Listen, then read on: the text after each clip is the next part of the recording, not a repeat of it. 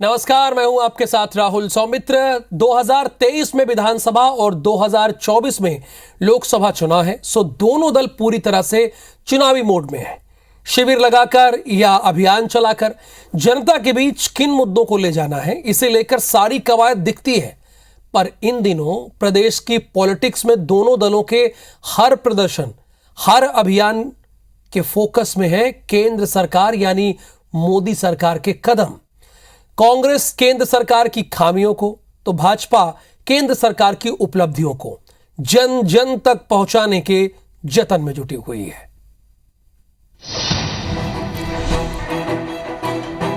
राजधानी रायपुर की इन दो तस्वीरों को देखिए। पहली तस्वीर में कांग्रेस केंद्र सरकार के खिलाफ ईडी मामले में धरना प्रदर्शन कर रही है, तो दूसरी तरफ बीजेपी के सेवा सुशासन कार्यक्रम की शुरुआत हो गई, जिसका लक्ष्य है मोदी सरकार की योजनाओं को जनता तक पहुंचाना।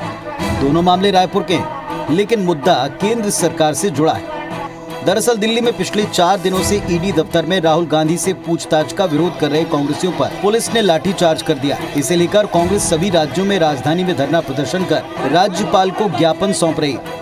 रायपुर में प्रदेश कांग्रेस अध्यक्ष मोहन मरकाम ने आरोप लगाया कि केंद्र सरकार जबरन ईडी के जरिए कांग्रेस को डराना चाहती है। केंद्र में बैठी भारतीय जनता पार्टी की मोदी जी की सरकार संवैधानिक संस्थाओं का राजनीतिक इस्तेमाल कर रही है, विपक्ष की आवाज को दबाने का प्रयास की जा रही है। ये तो जानबूझकर हमारे कांग्रेस के नेताओं को, विपक्षी नेताओं को परेशान करने का काम कर रही है। फाशिस्टवादी राजनीति आज मोदी की सरकार करे। जिस तरह से हिटलर मुसोलिनी ने काम नहीं किया, जिस तरह अंग्रेजों ने काम नहीं किया, उस तरह का काम ये कर रही है। एक और छत्तीसगढ़ कांग्रेस केंद्र सरकार पर हमलावर है, तो दूसरी ओर बीजेपी पिछले 15 दिनों से देश भर के सभी जिलों में सेवा सुशासन और गरीब कल्याण कार्यक्रम आयोजित कर रही है। गुरुवार को रायपुर में इसका आयोजन था, जिसमें बीजेपी नेता और कार्यकर्ताओं के अलावा केंद्रीय योजनाओं का लाभ ले रहे सैकड़ों हितग्राही भी पहुंचे। इस मौके पर बीजेपी नेताओं ने मोदी सरकार की उपलब्धियों को सबके सामने रखा।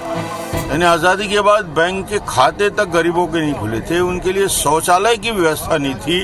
ये कांग्रेस सरकार कर क्या रही थी 70 साल के उस कमियों को 8 साल में पूरा करने का काम मोदी जी ने किया है। जाहिर है छत्तीसगढ़ कांग्रेस और बीजेपी 2023 विधानसभा और 2024 के लोकसभा चुनाव के लिए अपनी ताकत लगा रहे हैं, लेकिन दोनों दलों की चुनावी रणनीति में स्थानीय से ज्यादा केंद्र के मुद्दे शामिल दिखते हैं। कांग्रेस जहां केंद्र सरकार के खिलाफ महंगाई और हिटलरशाही का आरोप लगाकर जनता के बीच पहुंच रही है, तो वहीं बीजेपी केंद्रीय योजनाओं के प्रचार प्रसार में पसीना बहा रही है। अब सवाल ये, जनता किसके साथ है? सौरभ सिंह परिहार, IBC 24, रायपुर। धान समेत दूसरी फसलों के न्यूनतम समर्थन मूल्य में वृद्धि के लिए बीजेपी किसान मोर्चा ने मोदी सरकार का आभार जताया है। आज एकात्म परिसर में किसान मोर्चा के प्रदेश अध्यक्ष श्याम बिहारी जायसवाल समेत दूसरे पदाधिकारियों ने बताया कि मोदी सरकार के बनने के बाद से अब तक खाद, बीज और कीटनाशकों के दाम या तो स्थिर है या फिर उससे कम हो गए हैं। सिर्फ एक डीजल है जिसका इनपुट कास्ट किसानों के उत्पादन पर बढ़ा है। धान का न्यूनतम समर्थन मूल्य 50% बढ़ाया जा चुका है। इससे सीधे सीधे किसानों की आमदनी बढ़ी है। इसके साथ ही उन्होंने यह आरोप लगाया कि प्रदेश में जानबूझकर खाद की कमी पैदा की जा रही है ताकि किसानों को जबरन अमानक गोबर खाद बेचा जा सके। इससे किसान कम धान उपजा सकेंगे और सरकार को बोनस पर पैसे खर्च नहीं करने पड़ेंगे। प्रदेश में वर्मी कंपोस्ट के नाम पर किसानों को 1,000 रुपए की दर से, कहीं 800 भी है, 3 बोरी प्रति एकड़ मतलब 120 किलो वर्मी कंपोस्ट के नाम पर घटिया मिट्टी मिला और रेत मिला हुआ गोबर खाद दिया जा रहा है। उसको लेकर प्रदेश में किसानों की गाढ़ी कमाई प्रति एकड़ 1,000 रुपए जा रहा है। मुख्यमंत्री भूपेश बघेल ने आज अपने निवास में जांजगीर में बोरवेल में गिरे बच्चे राहुल साहू को बचाने वाली पूरी टीम का सम्मान किया।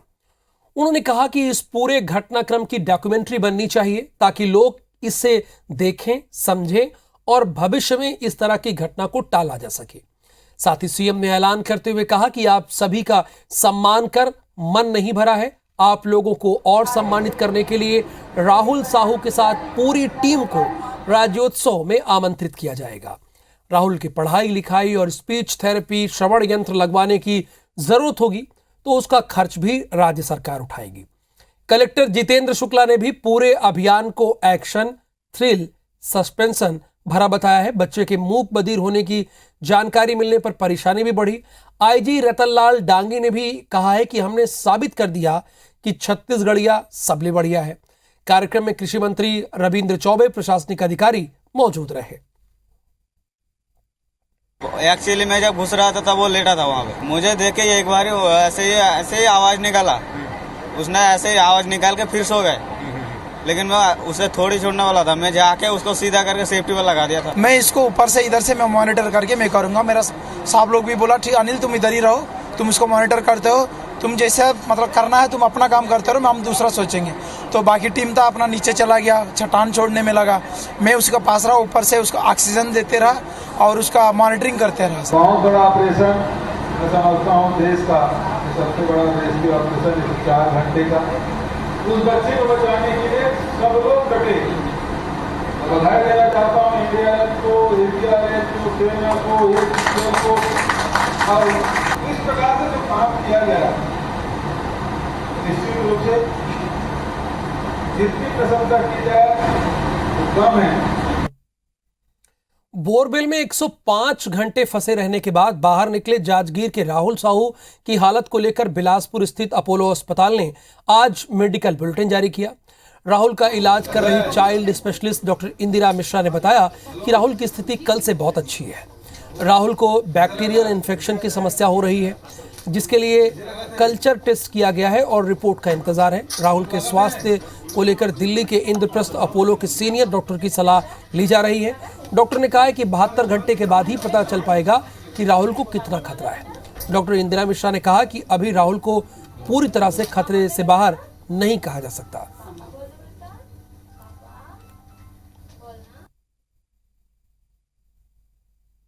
राहुल आज वाइटल्स उसका काफ़ी स्टेबल है, हाँ काफ़ी स्थिर है, अच्छे से खाना खाया है और जो खाना सेमी सॉलिड चल रहा था वो अभी चावल खाया, मतलब सॉफ्ट डाइट हो गया है। डाइट उसका इम्प्रूव हुआ है, ठीक है।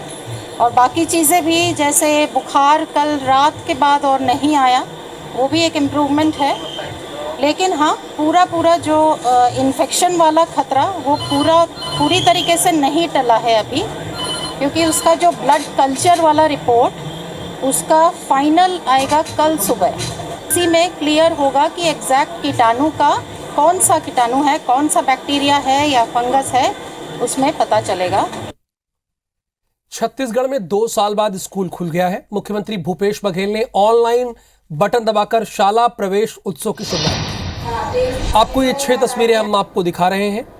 आपकी टेलीविजन स्क्रीन पर ये तस्वीरें हैं जहां बच्चों में उत्साह साफ नजर आ रहा है। कई स्कूलों में बच्चों को तिलक लगाकर तो कहीं मिठाई खिलाकर स्वागत किया गया उनका। कोरोना काल की वजह से 2 साल बाद स्कूल खोला गया है, जहां पहले ही दिन विद्यार्थियों की अच्छी खासी संख्या दर्ज हुई है। स्कूल यूनिफॉर्म में पहुंचे छात्र छात्राओं का पहले दिन ही जोरदार स्वागत किया गया। स्कूल खुलने के दिन ही अंशकालीन स्कूल सफाई कर्मचारियों ने सामूहिक इस्तीफा दे दिया। यानी 2 साल बाद स्कूल खुला, उसके बाद इस्तीफा दे दिया गया। रायपुर में 117 दिनों से आंदोलन कर रहे अंशकालीन कर्मचारियों ने अपना गुरुवार को यानी आज सामूहिक इस्तीफा सौंप दिया। इस्तीफा देने से पहले कर्मचारियों ने रैली निकाली। एक धरना स्थल से हजारों की संख्या में सफाई कर्मचारी चलकर सप्रेशाला मैदान तक पहुंचे। कर्मचारी संघ ने ऐलान किया कि जब तक उनकी मांगें नहीं मान ली जाती है तब तक वो काम पर नहीं लौटेंगे। कर्मचारियों की मांग है कि सरकार अंशकालीन की जगह पूर्णकालिक कर्मचारी उन्हें घोषित करे, साथ ही नियमित करने की मांग कर रहे हैं। रायपुर नगर निगम में मेयर इन काउंसिल की बैठक हुई। बैठक में लगभग 42 प्रस्तावों पर चर्चा हुई, जिसमें से 2 प्रस्ताव खारिज कर दिए गए, जबकि बाकी प्रस्ताव सर्वसम्मति के साथ पास कर दिए गए। बैठक में कर्मचारियों की संविदा नियुक्ति, मेडिकल बिल, सड़क चौराहों के नामकरण के अलावा जो प्रमुख प्रस्ताव पर चर्चा हुई उनमें हाउसिंग बोर्ड से कबीर नगर कॉलोनी का हस्तांतरण शामिल है। इस प्रस्ताव को मेयर इन काउंसिल के सदस्यों ने खारिज कर दिया। महापौर एजाज डेबर ने कहा कि हालांकि ये निर्णय कैबिनेट में पास हो चुका है, लेकिन हाउसिंग बोर्ड कॉलोनियों की हालत बहुत खस्ताहाल है। इसे सुधारने में लगभग 6 करोड़ रुपए खर्च होंगे। अगर हाउसिंग बोर्ड या शासन से ये राशि मिलती है तो ही नगर निगम इस कॉलोनी का हस्तांतरण ले पाएगा। जल संरक्षण को लेकर महापौर ने बताया कि अब मकान या कॉलोनी का नक्शा या लेआउट तभी पास होगा जब वाटर हार्वेस्टिंग के लिए खुदाई या सत्यापन होगा। ये जरूरी बात भी है। साथ ही मुख्यमंत्री के निर्देशानुसार अब गोल बाजार में काबिज दुकानदारों से विकास शुल्क नहीं लिए जाने का प्रस्ताव भी पारित कर दिया गया है। कैबिनेट से पास हुआ है कि आपको हाउसिंग बोर्ड की पूरी कॉलोनी आपको हैंड ओवर करना है, मगर उसको अभी हमने होल्ड कर दिया है, क्योंकि जब तक के एक अंश राशि वहाँ से कुछ प्राप्त नहीं हो जाती, क्योंकि कैबिनेट का फैसला है इसलिए हमको उसको लेना है, मगर उसको हमने अभी होल्ड कर दिया है कि जब तक के वहाँ से वो राशि प्राप्त नहीं हो जाती तब तक के उन कॉलोनियों को हम हैंड ओवर नहीं लेंगे। छत्तीसगढ़ में मानसून ने दस्तक दे दी है। बस्तर संभाग के कई इलाके और राजनांदगांव के कई हिस्सों में बारिश हो रही है। मौसम विभाग के मुताबिक बंगाल की खाड़ी में जब कोई सिस्टम बनेगा तो मानसून और तेजी से सक्रिय हो जाएगा। अगले कुछ दिनों में मानसून रायपुर होते हुए अंबिकापुर तक के हिस्सों पर पूरी तरह छा जाएगा। छत्तीसगढ़ में मानसून की शुरुआत सामान्य तौर पर 15-16 जून से माना जाता है। पिछले साल ये 6 दिन पहले यानी 9-10 जून की रात में ही रायपुर पहुंच गया था।